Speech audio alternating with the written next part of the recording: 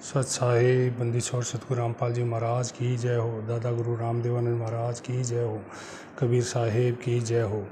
ज्ञान अमृत एवं षड्यंत्र का विष नामक पुस्तक संसाराम बिहार सीनियर हाईकोर्ट के वकील शशि भूषण दास जी ने लिखा है। पुस्तक को प्राप्त करने के लिए 99 31 59 20 93 में संपर्क करके प्राप्त कर सकते हैं। PDF या लिंक प्राप्त करने के लिए 98 28 65 65 28 देवपाल दास सूरतगढ़ जिला श्री गंगानगर राजस्थान से। सत साहिब 1999 ईस्वी में क्रोथा आश्रम की स्थापना करना।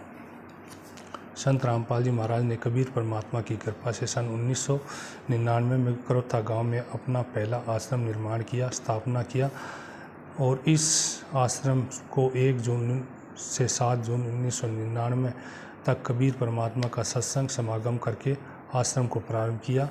आश्रम में दूर दूर की पुण्य आत्माएं परमात्मा के ज्ञान समझकर आने लगी और संत रामपाल जी महाराज से नाम दीक्षा लेकर अपना आत्म कल्याण कराने हेतु भक्ति करने लगे। परमात्मा की दया से पृथ्वी के हर कोने से भक्तों की भीड़ बढ़ने लगी। नकली संतों को छोड़कर सतगुरु रामपाल जी महाराज के शरण में आने लग गई। इसकी भनक काल ब्रह्म को लगने लगी और काल ब्रह्म ने सतगुरु रामपाल जी महाराज के ज्ञान को रोकने के लिए, प्रचार प्रसार को रोकने के लिए, अपने मुख के भोजन को बचाने के लिए क्रोथा आश्रम के विपरीत षड्यंत्र रचना प्रारंभ कर दिया।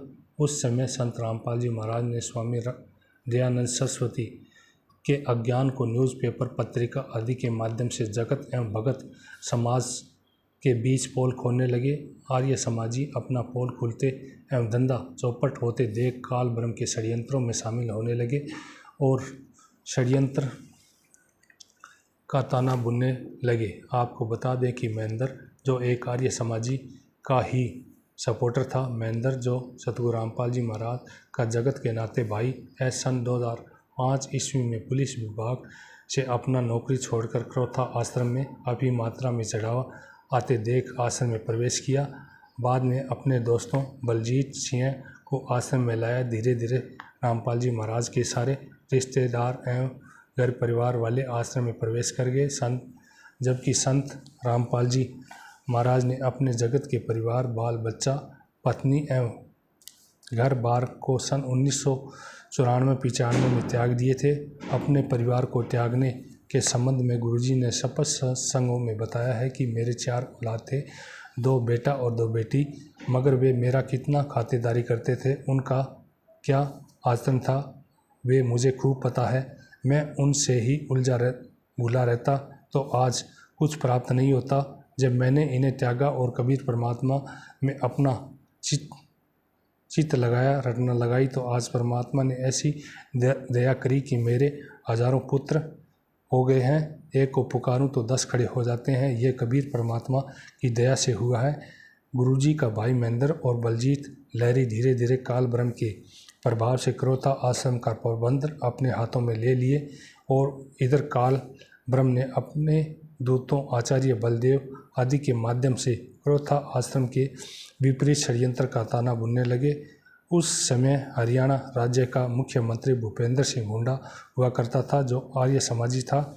आचार्य बलदेव के बहकावे में आकर मुख्यमंत्री श्री रामपाल जी महाराज के विपरीत अपने वोटों को बचाए रखने के लिए षड्यंत्रकारियों का खुलकर साथ दिया, जिसका परिणाम हुआ कि 12 जुलाई सन 2006 को आर्य समाजियों ने गांव वालों को बहकाकर क्रोथा आश्रम पर हमला करवा दिया।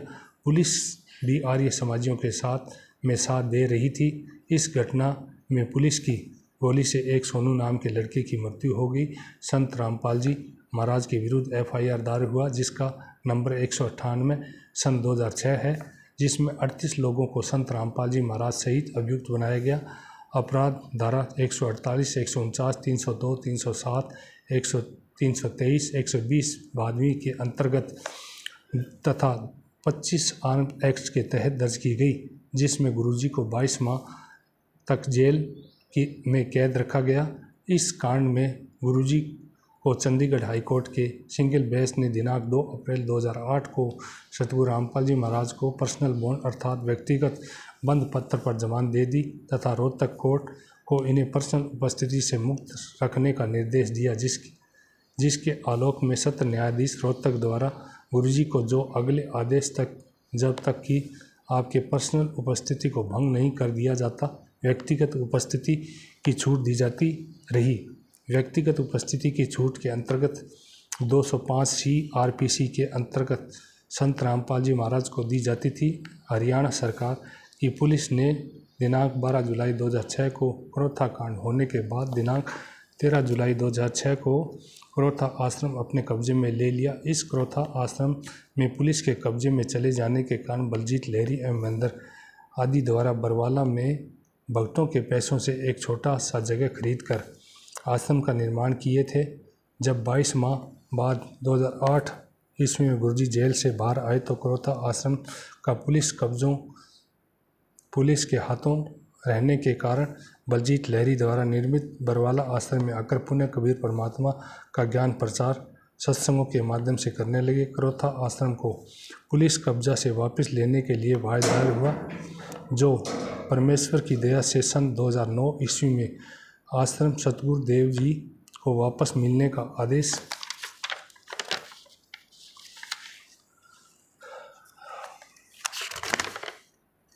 हो गया।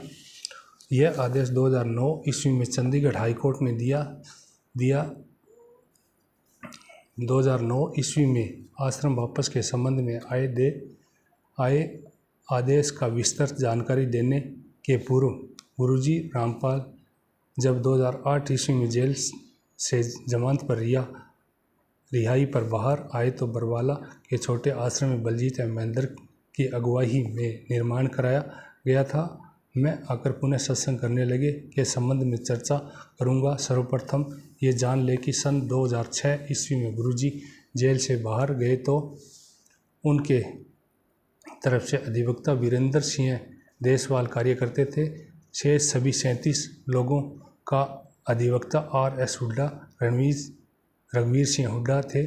2008 ईस्वी में 2 अप्रैल को गुरुजी को जमानत मिली। इसके पहले गुरुजी की तरफ से उनके आज बने परिवार वालों में से कोई भी जमानत लेने को कार्रवाई नहीं किए और ना ही इसका कभी प्रयास किए। 2 अप्रैल 2008 को परमेश्वर की कृपा दया से संत रामपाल जी महाराज को चंडीगढ़ हाई कोर्ट ने पर्सनल बोर्ड अर्थात व्यक्तिगत बंद पत्र पर जमानत पर रिहा करने का आदेश चंडीगढ़ के सिंगल बेंच ने पारित किया। संत रामपाल जी महाराज स्वयं अपना व्यक्तिगत बंद पत्र न्यायालय रोहतक में देकर जमानत पर बाहर आए।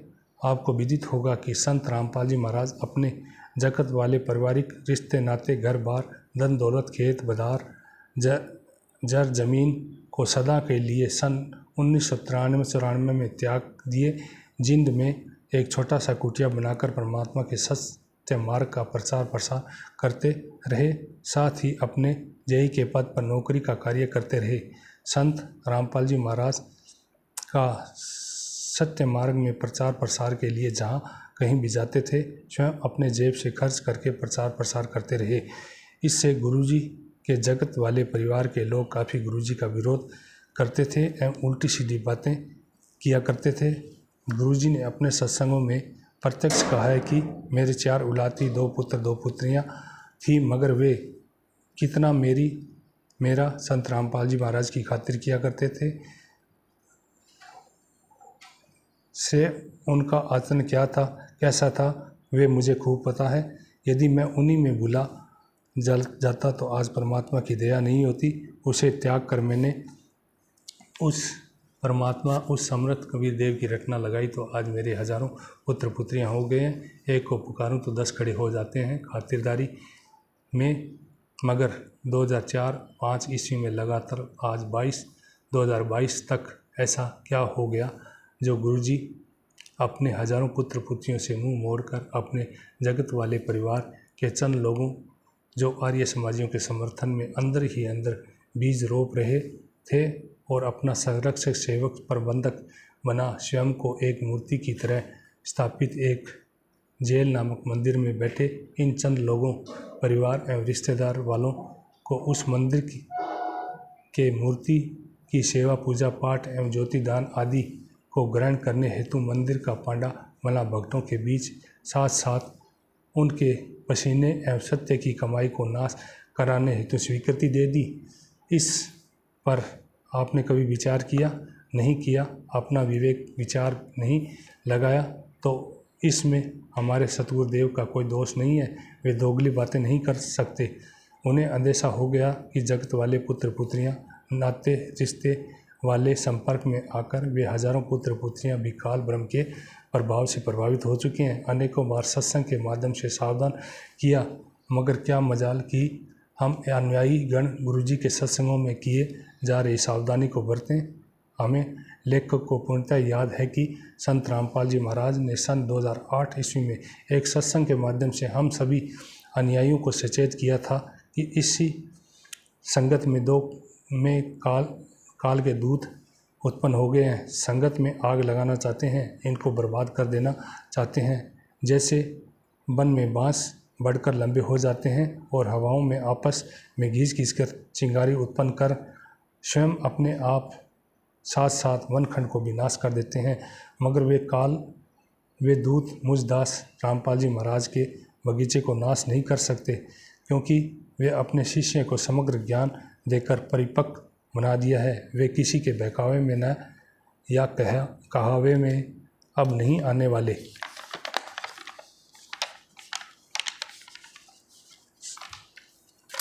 सत साहिब जय। बंदी छोड़ सतगुरु रामपाल जी महाराज की जय।